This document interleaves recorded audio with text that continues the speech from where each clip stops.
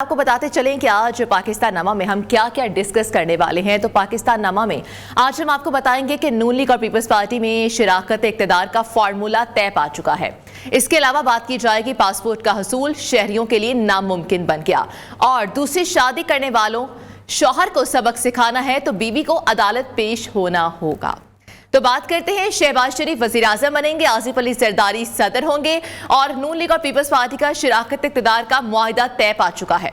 इसके अलावा स्पीकर कौमी असेंबली नून लीग का होगा, डिप्टी स्पीकर पीपल्स पार्टी का होगा, चेयरमैन सेनेट पीपल्स पार्टी का और डिप्टी चेयरमैन नून लीग का होगा। गवर्नर पंजाब पीपल्स पार्टी का होगा, गवर्नर सिंध, गवर्नर केपी और गवर्नर बलोचिस्तान नून लीग का नामजद करता होगा। बलोचिस्तान में नून लीग और पीपल्स पार्टी का मिलकर हुकूमत बनाने पर इत्तेफाक तय पा चुका है। इसके अलावा वज़ीर आला बलोचिस्तान पीपल्स पार्टी का होगा। स्पीकर पंजाब असेंबली के लिए मलिक अहमद खान, ख्वाजा सलमान रफीक, मियां मुश्तबा शजाउर रहमान के नाम ज़ेरे गौर हैं। गवर्नर पंजाब के नाम पर मुशावरत के लिए पीपल्स पार्टी की बैठक आज लगेगी। मखदूम अहमद महमूद, कमर ज़बान कायरा और चौधरी मंजूर के नाम गवर्नर पंजाब के लिए ज़ेरे गौर है। इसके अलावा MQM के तहफ़्फ़ुज़ात दूर करने के लिए नून लीग और MQM का इजलास भी जारी है। MQM के वक्त में मुस्तफ़ा कमाल, कामरान टेसौरी और फारूक सत्तार शामिल हैं। इन तमाम सूरत हाल पर बात करने के लिए हमारे साथ मौजूद है ब्यूरो चीफ जावेद बलोच इस्लामाबाद से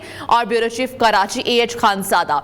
तो बात कर लेते हैं जावेद बलोच से। सबसे पहले जावेद बलोच बताइएगा कि नून लीग और पीपल्स पार्टी में शिराकत इक़्तिदार का फॉर्मूला तय पा गया है। वो फॉर्मूला बेसिकली क्या है और इसका मतलब ये है कि जो आने वाली हुकूमत है अब वो दोनों मिलकर बनाने जा रहे हैं मखलूत हुकूमत।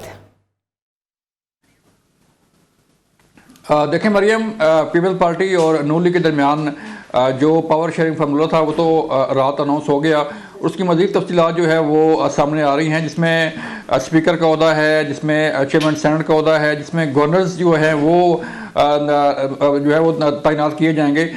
लेकिन अब जो है वो सूरत हाल इससे आगे बढ़ रही है और जो फेडरल कैबिनेट है उसके नाम पे जो है मुशावरत की जा रही है और उसके नाम जो है वो ज़ेरे गौर है। इसी तरह गवर्नर पंजाब का जो है वो नाम ज़ेरे गौर है। KP का गवर्नर कौन होगा, सिंध का गवर्नर कौन होगा, बलोचिस्तान का गवर्नर कौन होगा। तो ये वो सारी नाम हैं जिन पे गौर किया जा रहा है और ये फैसला किया जाएगा 1-2 दिन में कि आगे किन किन के नाम जो हैं वो चल रहे हैं। अगर हम पंजाब की बात करें तो वहाँ पर कमर ज़बान कायरा जो है वो हार्ट फेवरेट हैं।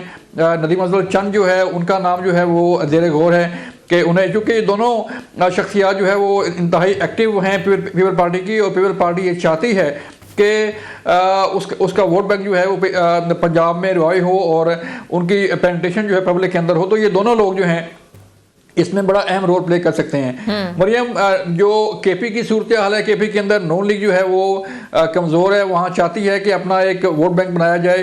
तो उसके लिए भी अगर उनका गवर्नर वहाँ बैठेगा तो वो जो KP की आवाम है उसके साथ मिल के उस वोट बैंक को बढ़ा सकता है।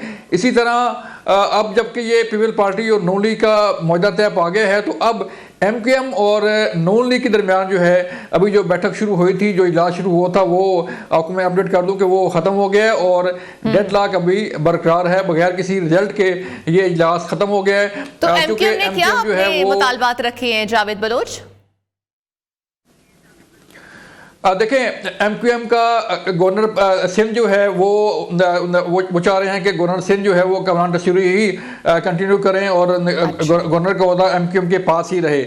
इसके अलावा जो वजारत मवासलात है, वजारत पोर्ट एंड शिपिंग है और 2 वजारतें और जो हैं वो मांगी जा रही हैं, क्योंकि पोर्ट एंड शिपिंग का डायरेक्ट तल्लुक जो है वो कराची से है। मवासलात का तल्लुक भी जो है वो NHA और डेवलपमेंट के जो काम है वो सारे पूरे मुल्क में होते हैं। तो MQM की ख़ास नज़र है इन 2 अहम वजारतों पर, ताकि जो है वो ये वजारतें हासिल करें और फिर आगे जो है वो काम बढ़ाया जा सके। तो अभी MQM और नून लीग के दरमियान ये चीज़ें चल रही हैं। ये दोबारा बैठक होगी और फिर ये मामला तय होगा कि कौन किसको क्या मिलता है। ठीक है, AH खानज़ादा भी हमारे साथ मौजूद है, कराची के ब्यूरो चीफ है। AH खानज़ादा, बताइएगा जो MQM है उसको तहफ़्फ़ुज़ात होंगे गवर्नर सिंध पर, तो वो वहाँ पर क्या करने वाली है, और जो नून लीग ने जो फार्मूला अभी तक तय किया है पीपल्स पार्टी के साथ मिलकर, क्या उस पर सब इत्तेफाक कर लेंगे या जो दीगर जमातें हैं वो इस पर एतराज़ उठा सकती हैं? भाई देखिए मरियम, बात यह है कि नून लीग और पीपल्स पार्टी के दरमियान जो शिरकत इख्तिदार का मरहला तय हुआ है, हम ये समझते हैं कि ये मोहतरमा बेनज़ीर और नवाज शरीफ के दरमियान जो मीसाक़ जमहूरियत का जो मुआहदा हुआ था, ये उसके समरात हैं। और हम पाकिस्तान की सियासत के लिए इस शराकत इक़्तिदार के फार्मूलों को ये समझते हैं कि इस तरह से अगर मिलजुल के चलेंगे तो पाकिस्तानी सियासत में बेहतरी की तवक्का हो सकती है। सिंध की सियासत जो है वो अब सिर्फ़ और सिर्फ पाकिस्तान पीपल्स पार्टी के गिर्द घूम रही है। 130 में से 84 नशिस्तें पीपल्स पार्टी जीतने में कामयाब हो गई है, और अगर ख़वातीन और अक़लियतों की मखसूस नशिस्तें मिला ली जाएँ तो पीपल्स पार्टी को पहली बार सिंध असम्बली की 110 नशिस्तें हासिल करने का एजाज़ हासिल हुआ है। पीपल्स पार्टी सिंध में अगर चाहे तो किसी को अपने साथ मिलाए और न चाहे तो इनफरादी तौर पर हुकूमत बनाने के लिए यानी दो तिहाई अक्सरियत की हामिल है। अब जहाँ तक सवाल है मुस्लिम लीग और MKM के दरमियान मुआहदे का, वो मुआहदा जो है वो अभी तक एक तात्तुल के और एक इबहाम का शिकार है। और वो इबहाम ये है कि मुस्लिम लीग ने अपने गवर्नर के नामों का, जो गवर्नर सिंध के लिए जो नाम पेश किए हैं, वो मुस्लिम लीग सिंध के अहम रहनुमा हैं बशीर मेमन और मुस्लिम लीग के एक रहनुमा है निहाल हाशमी। इन दोनों के नामों पर मुस्लिम लीग गौर कर रहे हैं कि जी इनको गवर्नर सिंध होना चाहिए। लेकिन MKM का सवाल ये है कि वो ये कहते हैं कि गवर्नर MKM का नामजद होना चाहिए, और बड़ी हद तक वो इस बात पर इत्तफाक करते हैं कि जो आज गवर्नर हैं यानी कामरान टेसूरी साहब, वही गवर्नर रहें। अब इस सारी सूरत हाल में ये इबहाम जब तक हल नहीं होगा, जब तक काम आगे नहीं बढ़ेगा। और हम समझते हैं कि जो इजलास जिसके बारे में जावेद बलोच साहब ने बताया कि वो जो इजलास ख़त्म हो गया है, वो फिर इजलास शुरू होगा, फिर इजलास शुरू होगा। तो जब तक ये किसी नतीजे पर नहीं पहुँचेंगे, जब तक ये इबहाम की कैफियत बरकरार रहेगी। अब हम ये समझते हैं कि सिंध असम्बली का या पाकिस्तान की जो सूबाई असम्बलियाँ हैं, पंजाब है, KP है, बलूचिस्तान है, वहाँ हुकूमतें मरकज़ से पहले बन जाएंगी। उसका सबब यह है कि जब सूबाई हुकूमतें कायम हो जाएंगी और सूबाई असम्बली के अरकान हल्फ उठा लेंगे, तो फिर अगला मरहला सेनेट के इंतखाब का है। और सेनेट के इंतखाब के लिए ये बहुत ज़रूरी होगा कि जो सेनेट का इलेक्टोरल कॉलेज है वो इंटैक्ट हो। सिंध में अगर हम जायज़ा लें तो 84 नशिस्तों के साथ पीपल्स पार्टी और उसके साथ 20 मुमकिन तौर पर ख़वातीन और 6 जो है वो गैर मुस्लिम नशिस्तें उनके साथ हो जाएंगी, तो ये 110 हो जाएंगे। ठीक। उसके बाद MKM का दूसरा नंबर है, 28 नशिस्तें MKM ने कामयाबी से जीती हैं, 6 उनको ख़वातीन की मिलेंगी और 2 उनको अक़लियतों की मिलेंगी। ठीक। उसके बाद 2 सीटें जमात इस्लामी की हैं, 2 सीटें GDA की हैं, 11 लोग वो हैं जो आज़ाद उम्मीदवार की हैसियत से जीते हैं और इन्हें PTI की हिमायत याफ्ता कहा जा सकता है। वो सुन्नी इत्तेहाद कौंसिल में शामिल तो हैं, लेकिन आज आखिरी दिन था अपनी तरफ से जो मखसूस नशिस्तों के लिए उस पर जो आमादगी जाहिर करने का, तो सुन्नी तहरीक की तरफ से, ये जो सुन्नी इत्तेहाद कौंसिल की तरफ से अभी तक कोई नाम नहीं पेश किया गया है। ठीक है, सुन्नी इत्तेहाद कौंसिल की तरफ से अभी कोई नाम पेश नहीं किया गया। एएच खानज़ादा साहब, आपसे भी दोबारा जानते हैं, आमना जरजुआ हमारे साथ मौजूद है। नून लीग और MKM की मुलाकात क्योंकि अभी खत्म हो चुकी है, उनसे जान लेते हैं। आमना, बताइएगा, मुलाकात तो इस वक्त खत्म हो चुकी है, क्या डेडलॉक अभी भी बरकरार है या नून लीग एडमिट कर गई है या MKM की बातें मानी गई हैं? क्या बात सामने आई है गवर्नर सिंध के लिए, किसका होगा अब? जी देखें, अभी जो इजलास हुआ है नून लीग और MKM के दरमियान, वो दोनों फ्रीकेन की जानिब से ख़त्मी नतीजे पर वो दोनों फ्रीकेन अब तक नहीं पहुंच सके हैं। अभी तक डेडलॉक बरकरार है। ज़राए के मुताबिक जो MKM है उन्होंने वजारतों समेत काबीना में शामिल होने के साथ साथ जो है वो कुछ कानून साजी पर भी बात की है। इसके अलावा गवर्नर सिंध के मामले पर जो है वो इन दोनों फ्रीकेन के दरमियान जो है बात ना बन सकी है। इससे पहले अगर गुज़िश्ता मीटिंग के बारे में आपको बताऊँ तो गुज़िश्ता मीटिंग में भी यही बातें MKM की तरफ से नून लीग के सामने रखी गई थी, लेकिन क्योंकि पीपल्स पार्टी के साथ मामला तय नहीं पाए जा सके थे, इसलिए नून लीग ने पीपल्स पार्टी के साथ मामला तय करने के लिए MQM से वक्त मांगा था। चूँकि अब रात को मुस्लिम लीग नून के पीपल्स पार्टी के साथ मामला तय पा गए हैं, आज उनने MQM को उस रात वाली मीटिंग के बारे में भी जो वो एतमाद में लेना था। इसके अलावा जो गवर्नर सिंह के मामला थे, इसके अलावा कानून साजी और वजारतों पर भी MQM के साथ उन्होंने मामलात पर बात करनी थी, लेकिन अभी तक जो है वो कुछ ऐसा नतीजा नहीं निकल सका। ये मीटिंग भी बेनतीजा निकली है। ज़राए के मुताबिक जो है वो एक और मुशावरती इजलास दोनों जमातों के दरमियान होगा। जी ठीक है, इजलास दोनों जमातों के दरमियान होगा। बहुत शुक्रिया अहमद जो आपने अपडेट किया। इससे पहले एज खानजादा कराची से ब्यूरो चीफ हमें अपडेट कर रहे थे और ब्यूरो चीफ इस्लामाबाद जावेद बलोच भी हमें तमाम सूरत हाल के हवाले से अपडेट कर रहे थे। आगे बढ़ते हुए बात कर लेते हैं बलूचिस्तान के साहली जिला गवादर से। पहली बार रुकने बलूचिस्तान असम्बली मुंतखब होने वाले हक दो तहरीक के सरबराह मौलाना हिदायतुर रहमान का कहना है कि बलूचिस्तान में जो भी हुकूमत बनाए हम उसका साथ देंगे। उन्होंने कहा कि वो गवादर के अवाम की ज्यादा से ज्यादा खिदमत के लिए अपनी शराइत के तहत हुकूमत का साथ देंगे। तमाम पार्टियों से जो बड़ी अभी पार्टियां हैं, पीपल्स पार्टी, इनसे भी राब्ते हैं, मुस्लिम लीग नून से भी उन्होंने भी राब्ते किए हैं, इसी तरह जमीयत उलमा ने भी राब्ते किए हैं। तो हमारी कोशिश होगी कि वहाँ के लोगों ने हमें खिदमत के लिए मुंतखब किया है ताकि हम हुकूमत के साथ मिलकर काम करें। हमारी तरजीह तो अवाम की खिदमत है, तो हम अपने अवाम के शराइत पर, अवाम के मसाइल पर हुकूमत के साथ भी देने के लिए तैयार है और साथ भी देंगे। जो हमारी खिदमत के लिए हम पे एग्री करे, हमें एतमाद भी दे और हमें हमारे साथ इत्तेफाक करे तो हम उसका साथ देंगे। तो ज़ाहिर बुनियादी तौर पर जो बलूचिस्तान है इसमें तालीम के मसाइल हैं, सबसे ज़्यादा जहालत बलूचिस्तान में, हेल्थ के मसाइल हैं, हमारे रोज़गार के मसाइल हैं। और वहाँ जहाँ जिन लोगों ने मुझे मुंतखब किया वहाँ मछेरे हैं, वहाँ ट्रॉलर का मसला है, ट्रॉलिंग का, बॉर्डर से हम ताल्लुक़ रखते हैं, वहाँ बॉर्डर के मसाइल हैं, रोज़गार के। तो इंशाअल्लाह सबसे पहले हमारी कोशिश होगी कि लोगों को हम रोज़गार दें, उनके रोज़गार का तहफ़्फ़ुज़ करें। यही हमारे हल्के के लोग मुझसे तवक्को रखते हैं। पाकिस्तान नामा में एक ब्रेक शामिल करते हैं।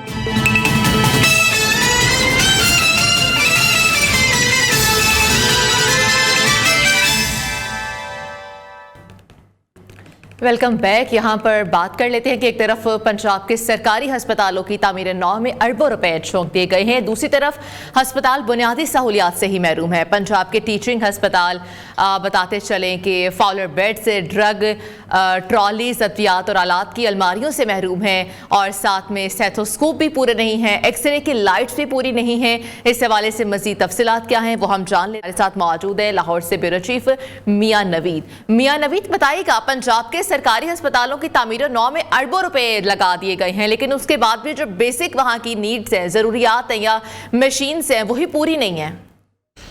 जी मरियम, बिल्कुल जो डिमांड सामने आई है, जो कमी है इस वक्त सरकारी अस्पतालों में, तो उसमें जो कमी सामने आई उसकी रिपोर्ट जो है उससे हम आपको बताते हैं कि सबसे पहले तो इस वक्त 15,000 फॉलोवर बेड्स हैं जो कि अस्पतालों के अंदर चाहिए और ये ख़रीद भी रहे हैं, क्योंकि 5.5 अरब इसकी मंजूरी हुई है।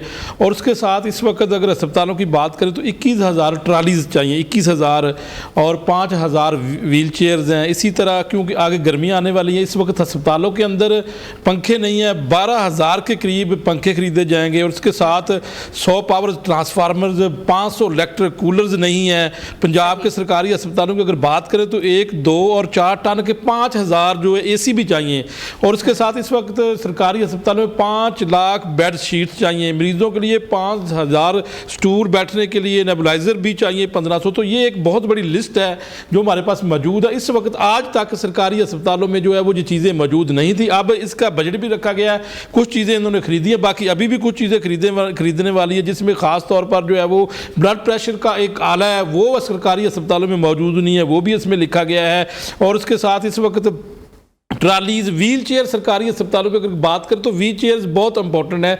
व्हील चेयर्स वहाँ पर वैसे भी फलाई इदारे उन्होंने भी वहाँ पर रखी है, लेकिन फिर भी इतना ज़्यादा रश होता है कि जब किसी मरीज़ को इमरजेंसी वार्ड में लेकर आते हैं तो व्हील चेयर नहीं मैसर होती है और उसको उठाकर जो है वो उसके जो लवाकिन है वो अस्पताल के अंदर लेके जाते हैं। तो इस वक्त ये पूरे पंजाब की मैं आपको सूरत बता रहा हूँ कि बेड्स के साथ साथ व्हील चेयर्स, उसके साथ bed sheet, transformers, electric coolers, पंखे और उसके साथ AC जो है उनकी भी बड़ी ज़रूरत है इस वक्त, क्योंकि आगे मौसम आने वाला है और मौसम जैसे ही गर्मी आएगी तो सरकारी अस्पतालों में हब्स वार्ड्स के अंदर बहुत ज़्यादा होता है। तो 5000 के करीब 2, 3 और 4 टन के जो AC हैं वो भी चाहिए। तो इस वक्त ये सारी सूरत हाल है कि आज तक मरीज़ सफ़र करते रहे हैं कि सरकारी अस्पतालों में ये तमाम अशिया नहीं थी। अब तो हम इसके लिए बजट भी रखा गया और उसमें बताया गया कि ये कमी है इस वक्त अस्पतालों में, ये चीज़ें हमें चाहिए। उसमें फॉलोअर बेड्स जो है वो इंतहाई महंगा बेड है। अभी बात करें कि अभी तक ये चीजें यहाँ पर मौजूद नहीं थी और अब एक बड़ा सा बजट दे दिया गया है। पहले अस्पतालों की ताज़ीन और आइश के लिए काम किसने करने थे,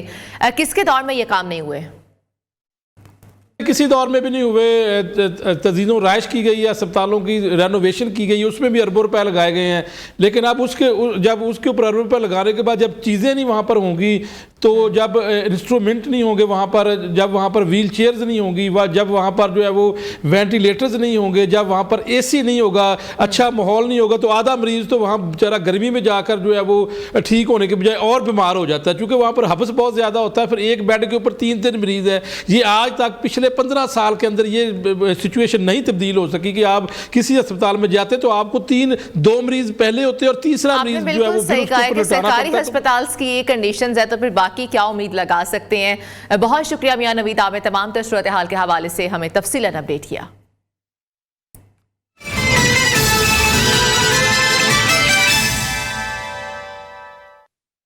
मुस्लिम लीग नून के रहनुमा मियां मुश्तबा शजाउर रहमान की मीडिया से गुफ्तगू। क्या आपको स्पीकर पंजाब असेंबली बनाने का फैसला किया गया है? नियो ने सवाल किया तो मुश्तबा शजाउर रहमान ने जवाब दिया है, और वो जवाब क्या दिया है पहले जरा वो देखिए।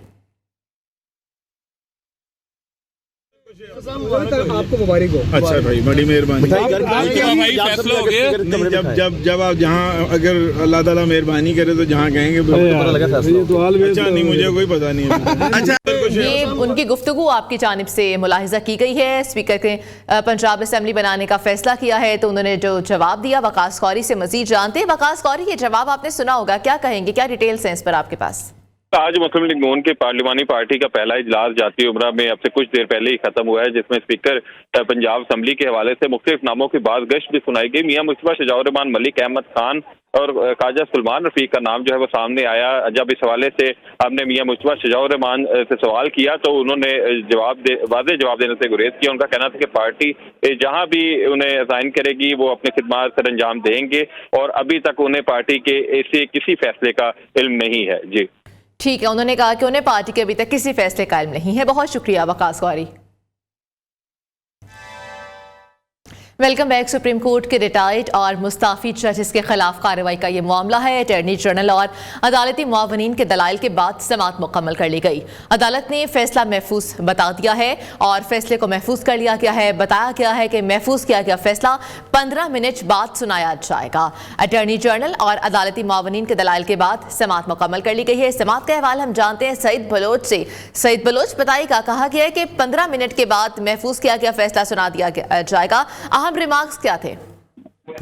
जी बिल्कुल, सुप्रीम कोर्ट ऑफ पाकिस्तान की जानिब से जजेस, रिटायर्ड और मुस्ताफी जजेस के खिलाफ कार्रवाई के लिए जो अपील दायर की गई थी, अब उस पर समाअत मुकम्मल हो गई है। आज वफाकी हुकूमत के वकील, अटॉर्नी जनरल और अदालती मुआवनीन समेत मरकजी केस में दरखास्त गुजार आफिया शहरबानों के वकील की जानिब से अपने दलाइल मुकम्मल किए गए, जिसके बाद अब अदालत ने यह फैसला महफूज किया है जो 15 मिनट के बाद सुनाया जाएगा।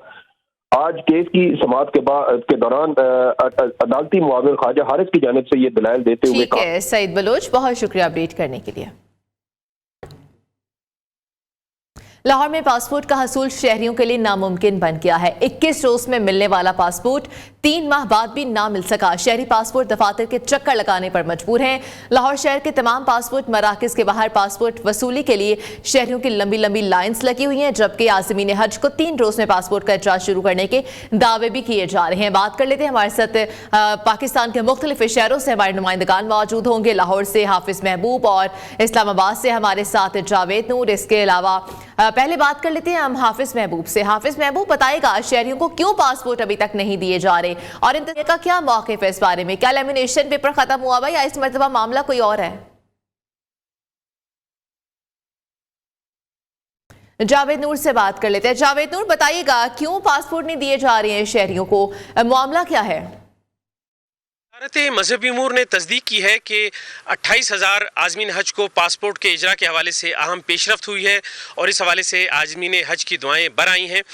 इससे पहले वजारत मजहबी उमूर ने 26 फरवरी तक हिदायत जारी की थी कि बायोमेट्रिक तस्दीक करा के आज़मीन हज अपने पासपोर्ट बैंकों में जमा करा दें। तो इस हवाले से अब सिर्फ 5 रोज़ बाकी बचे थे और आज़मीन हज को इस हवाले से शदीद परेशानी का सामना था। तो इस हवाले से सूरत हाल की संगीनी से वजारत मजहबी उमूर के सेक्रेटरी ने महकमा पासपोर्ट के हुक्काम को आगाह किया और उन्हें बताया कि बर वक्त पासपोर्ट का इजरा ज़रूरी है।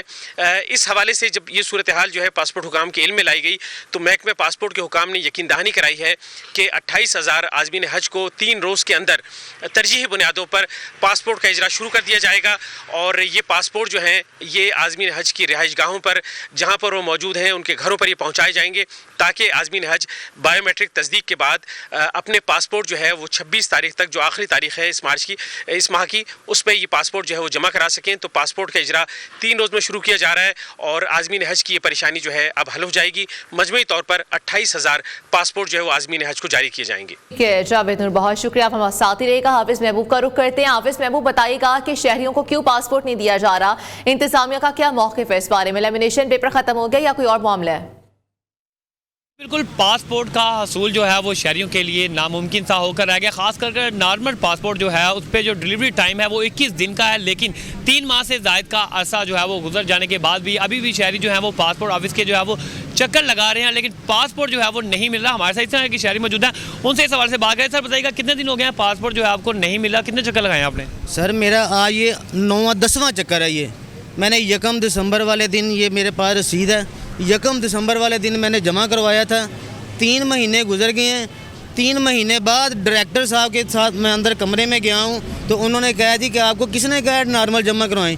नॉर्मल तो हम बनाते ही नहीं हैं। अगर आपको नॉर्मल चाहिए था तो आप इस्लामाबाद जाएं, यहाँ पे नॉर्मल की कोई डिलीवरी नहीं है। इनका भी दिसंबर से पासपोर्ट जो है बना हुआ, लेकिन अब फरवरी आ चुकी है तो इसमें भी जो है वो पासपोर्ट नहीं आ रहे और शहरी जो है वो दरबदूर जो है वो फिर रहे हैं। तो उनका कहना था कि हुकूमत जो है ख़ासतौर पर जो पासपोर्ट इंतजामिया है उसको चाहिए कि जो नॉर्मल पासपोर्ट हैं उनको भी जो है वो तैयार करवाया जाए अर्जेंट बेसिस पे, ताकि जिन लोगों ने टिकट्स करवानी है और उम्र की शहादत के लिए जाना है वो अपने जो उम्र शहादत जो है वो भी हासिल कर सके।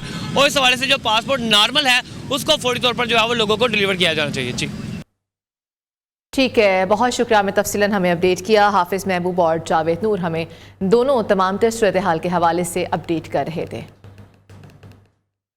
आगे बढ़ते बात करें, कराची के इलाके सफोरा के करीब घर में जहरीले सांप के इत्तला पर रेस्क्यू ऑपरेशन किया गया। रेस्क्यू एहलकारों ने घर में दाखिल होने वाले सांप को पकड़ लिया है। सांप को महकमा वाइल्ड लाइफ के हवाले किया जाएगा। बताते चलें आपको कि कराची के इलाके सफोरा के करीब घर में जहरीले सांप की निशानदही पर इत्तला मिलने पर रेस्क्यू ऑपरेशन किया गया। रेस्क्यू एहलकार पहुंचे वक्त पर और घर में दाखिल होने वाले सांप को पकड़ लिया गया है। सांप को महकमा वाइल्ड लाइफ के हवाले भी किया जाएगा। ये नाज़िर है, देखा जा सकता है कि कराची का इलाका है सफोरा, उसके करीब एक घर से सांप बरामद हुआ। वाइल्ड लाइफ वालों को इत्तला दी, रेस्क्यू ऑपरेशन किया गया, उसको पकड़ लिया गया है। और दूसरी शादी करने वाले शौहर को सबक सिखाना है तो बीवी को अदालत पेश होना होगा। पहली बीवी की इजाजत के बगैर दूसरी शादी करने वाले शौहर के खिलाफ फौजदारी कार्रवाई बसरिया वकील नहीं हो सकती। लाहौर हाईकोर्ट ने कानूनी नुक्ता तय कर दिया है। अदालत ने शौहर के खिलाफ फौजदारी कार्रवाई के लिए खातून की दरख्वास्त मुस्तरद कर दी है। बताते चलें कि दूसरी शादी करने वाले शौहर को सबक अब सिखाना है तो बीवी को खुद से अदालत में पेश होना होगा। पहली बीवी की इजाजत के बगैर दूसरी शादी करने वाले शौहर के खिलाफ फौजदारी कार्रवाई बजरिया वकील नहीं हो सकेगी। लाहौर हाईकोर्ट ने कानूनी नुक्ता तय कर दिया है। अदालत ने शौहर के खिलाफ फौजदारी कार्रवाई के लिए खातून की दरख्वास्त मुस्तरद कर दी है। और बताते चले आपको कि जस्टिस मिर्जा वकास रऊफ ने फैमिली कोर्ट में ये केस सुना और दूसरी शादी करने वाले शौहर के खिलाफ फौजदारी कार्रवाई बजरिया वकील नहीं हो सकती।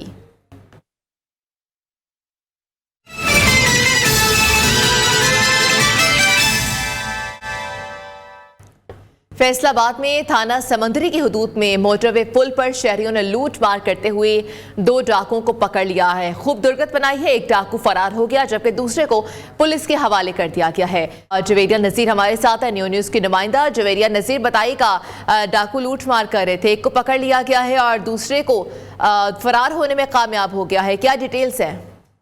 जी बिल्कुल, ये थाना समुंदरी का इलाका है जहां पर दो डाकू जो है वो मोटरवे पुल के करीब शहरियों से लूट मार कर रहे थे, जहां पर शहरियों ने अपनी मदद आप के तहत दोनों डाकुओं को घेरा डाल के पकड़ा और दोनों को खूब दुर्गत बनाई। उसके बाद जैसे ही पुलिस को कॉल की तो एक डाकू जो है वो रफो चक्कर हो गया, वहां से बचने में कामयाब हो गया, जबकि दूसरे डाकू को जो है वो पुलिस के हवाले। बहुत शुक्रिया अपडेट करने के लिए। पाकिस्तान नामा से आज के लिए इतना ही, इजाजत दीजिए, अल्लाह हाफिज।